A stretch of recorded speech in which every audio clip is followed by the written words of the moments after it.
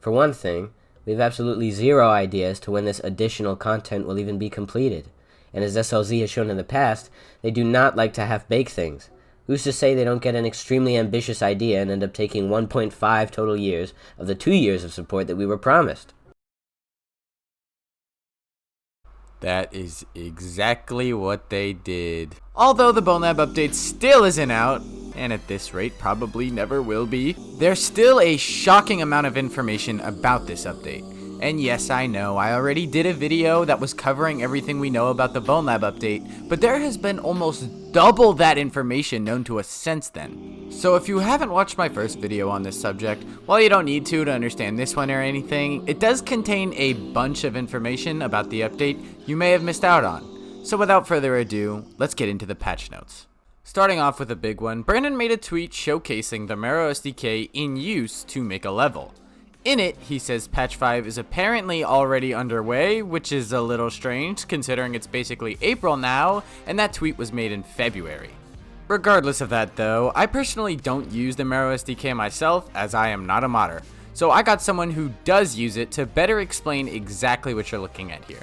There are a few very important things being shown in the image. Firstly, the most interesting thing, in my opinion, is probably the Unity version difference. The regular Bonelab version is 2021.3.5 F1, and in the screenshot it's changed to a different version, slightly more modern. It's 2021.3.16 F1, and besides that, there are the very obvious scene zone related. 1 year for scene zones! Next up, we have another Brandon tweet, this one showing that Mod.io is now officially integrated into Bonelab. While this is definitely a nice addition, this integration is seemingly lacking and doesn't really seem all too useful for people who use code mods, as Mod.io Mod Networker by Swipes actually lets you go through and download the mods in-game. Meanwhile, the built-in integration by Stress Level 0 seems to just let you download whatever you're subscribed to on Mod.io. Hopefully, the addition of logging into Mod.io through Bonelab can be used in Networker so people won't need to type their auth token into Networker for in-game downloading, as it seems to be where many people have issues figuring out what they need to do. I tried asking Swipes about it, but he seemed unresponsive.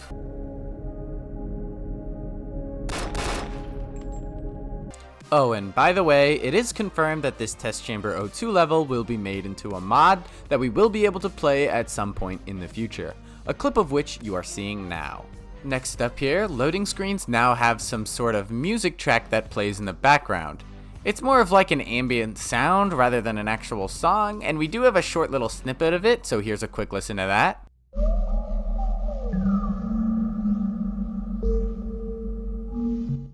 I like this addition a lot. I just hope that modders will have the option to either disable or replace it with whatever they want, as I know some mods have a very specific atmosphere that they go for. Final tweet we have from Brandon, and it confirms we are getting a new physics culling system, which looks like it'll help out with performance in a major way. Hopefully this will help out Fusion performance in general, as things can get very laggy very quickly when there are more objects spawned in. Hell, even the base Bonelab campaign can suffer from some of these frame drops on a standalone quest too. But there are actually two things in this clip that are fairly interesting and you may have missed on the first go. First of all, as I'm sure a lot of you know thanks to Wigwam, the vending machine prop here is slightly different than the one currently in Bonelab. While some people think that this may be some major overhaul to all the props and such, I personally think it's just SLZ touching up on some assets they felt could be a little cleaner. My main reason for thinking this comes from another confirmed change, which is that the cones on Void G114 will be actual regular looking cones instead of some goofy fucking quest models. But the reason this cone makes me think props are just being touched up a little bit instead of something major is that this cone is actually the same cone used for cone skip on Mine Dive, just a little less dirty. And for those of you who don't know what cone skip is, Brennan confirmed that there are grid walls in the works that may be available for modders to use in the future. With all of the grid walls I've seen in maps already, I'm kinda surprised they weren't some widely available official asset already. We got a couple of cool concept art pieces for some SLZ games, this one being for Boneworks pre-release, which I think looks really cool, and I can actually kinda see how this sort of concept idea would later turn into some of the crazy shit that happens in Boneworks. The final piece of concept art we got was for Hall of the Machine King, and I could see this being some kind of opening sequence like it's fucking Skyrim or something. Next, we got another look at the Dev Sky map Brandon uses to showcase some things. This time, I think the skybox is a little different. I doubt this will release as a mod or anything, as it seems like the main purpose really is just for testing, and there probably wouldn't be any content on it anyways. Next thing we're getting into is some game theory ass shit, so stick with me for a moment. So there's this group called Defunct VR, with the goal of porting defunct rides to virtual reality to breathe some new life into rides that are no longer available. Around the time Bonelab was getting stable staging updates, which implies the update was getting ready for release, Defunct VR made a tweet saying, "We will be unleashing the alien," teleporting in Clench, at 1K followers. Later they'd go on to say, "Sorry for the radio silence, we're working on a very cool reveal."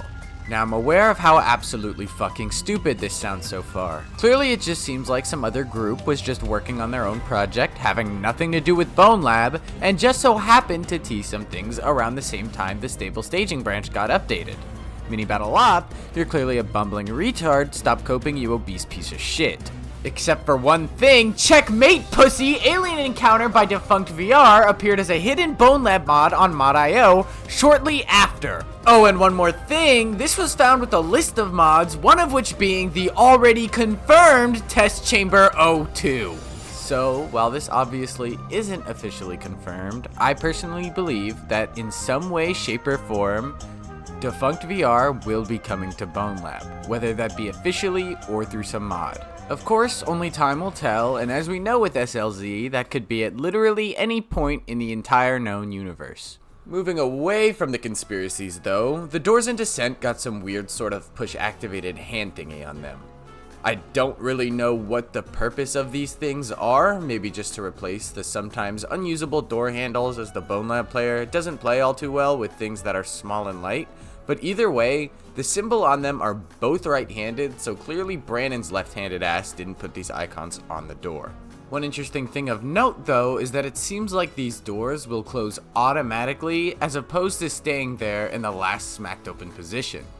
I'd imagine this is so loading and unloading chunks can visually be a little cleaner, as right now if you do it too fast in this area here on Descent, you can see where the chunk starts if you backtrack and leave this door open.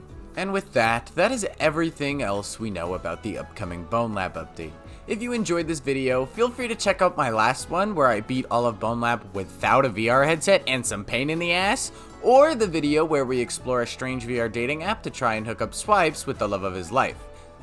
Back when he was still breathing. Regardless of your choice, thank you so much for watching, and I hope to see you here again next time.